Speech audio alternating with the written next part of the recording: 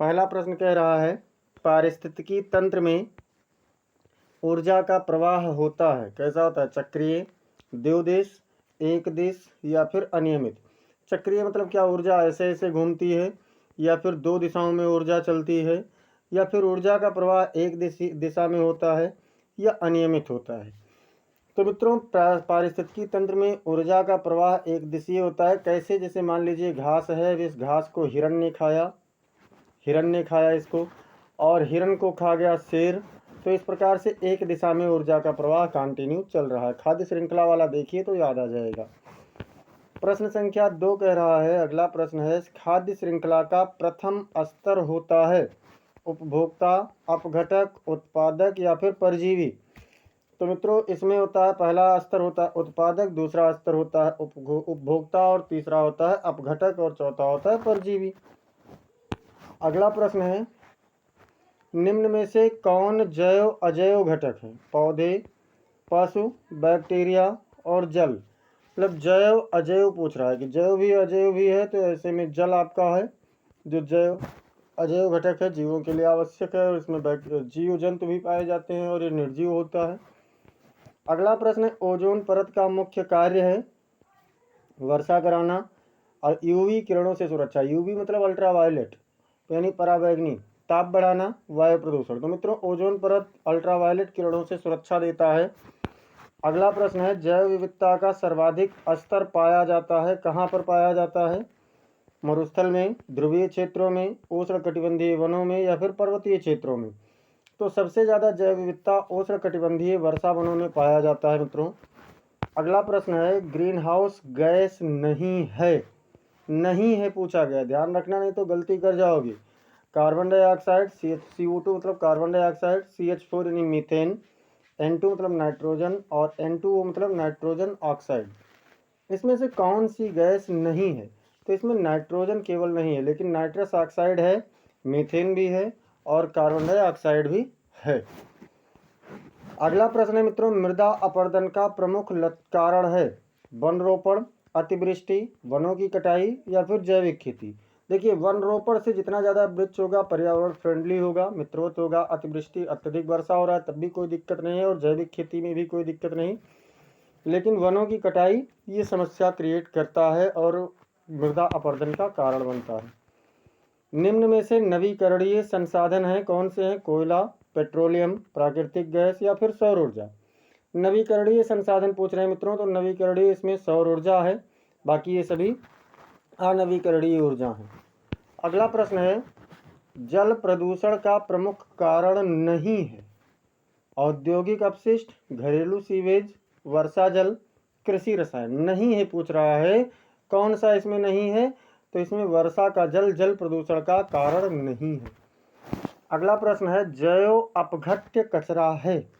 जैव अपघट्य कचरा कौन सा? प्लास्टिक, कांच, पॉलीथीन या फिर सब्जियों के छिलके। अपघट्य, जैव अपघट्य मतलब जिसको जीवाणु सड़ा गला सकते हैं। तो मित्रों प्लास्टिक को नहीं सड़ा गलाया जा सकता, कांच भी नहीं सड़ाया गलाया जा सकता, और पॉलीथीन तो इतनी जल्दी सड़ता गलता ही नहीं। सब्जी के छिलके हैं तो ये सड़ गल जाते हैं, इसलिए सर्वाधिक प्रभाव पड़ता है किस पर पड़ता है? त्वचा पर, आँखों पर, श्रवण शक्ति पर या फिर पाचन पर। तो सबसे ज़्यादा प्रभाव तो इसका पड़ेगा श्रवण शक्ति पर। अगर ध्वनि प्रदूषण है तो सुनने की शक्ति पर सबसे ज़्यादा प्रभाव पड़ेगा।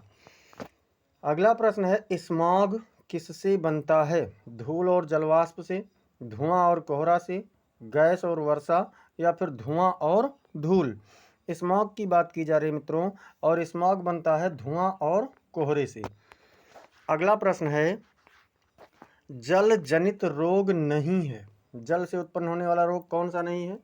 हैजा, टाइफाइड, मलेरिया या फिर पेचिस।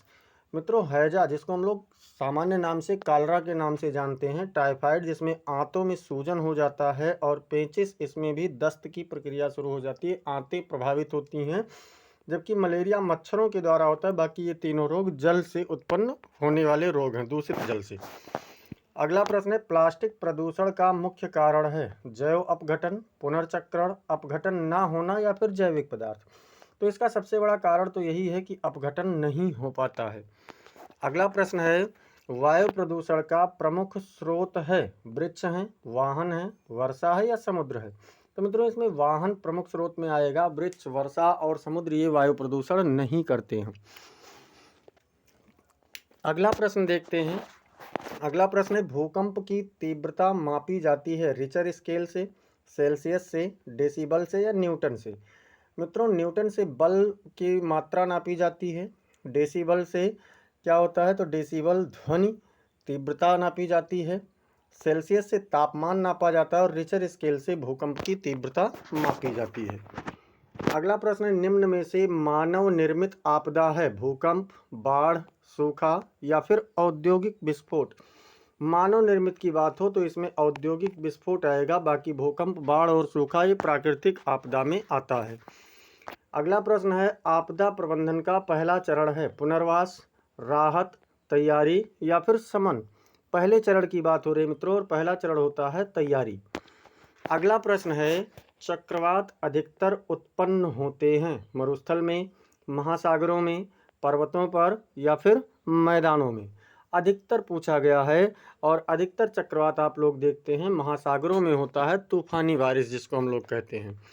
सुनामी का मुख्य कारण है? क्या है? ज्वालामुखी, समुद्र के भीतर भूकंप, चक्रवात या फिर वर्षा? प्रमुख कारण क्या है? तो प्रमुख कारण है समुद्र के भीतर का भूकंप। अगला प्रश्न है, ईवीएस में चित्रों का प्रयोग किस लिए उपयोगी है? सजावट के लिए, समय पास या फिर समझ बढ़ाने हेतु या परीक्षा? तो किस लिए है मित्रों? समझ बढ़ाने हेतु। अगला प्रश्न है, निम्न में से कौन सा स्वच्छ ईंधन है? कोयला, लकड़ी, सीएनजी या फिर डीजल? तो कौन सा इसमें से? इसमें से है आपका सीएनजी जो कि स्वच्छ ईंधन माना जाता है।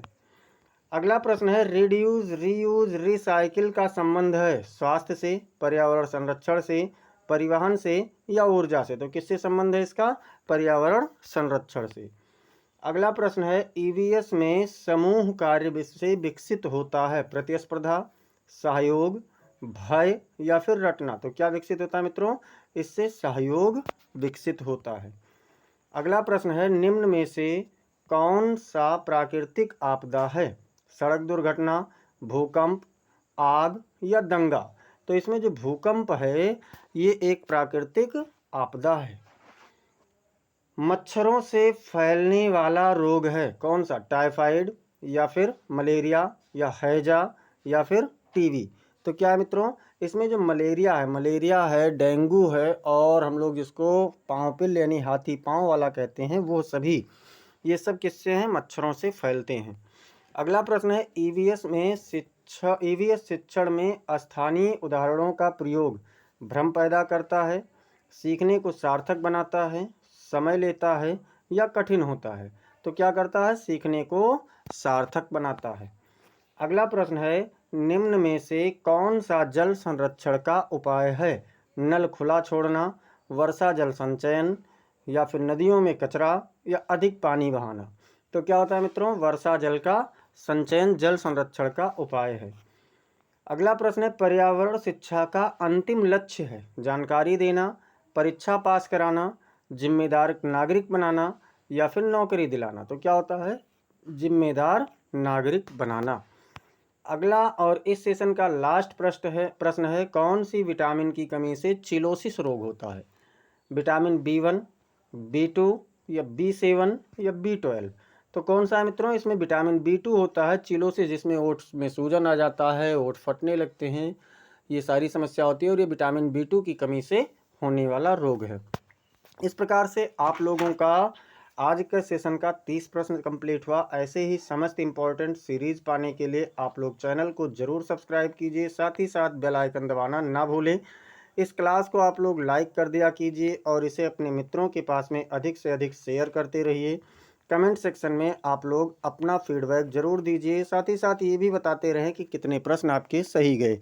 मिलते हैं फिर अगले प्रश्न में, अगले प्रश्नों की सीरीज में। तब तक के लिए जय हिंद, जय भारत।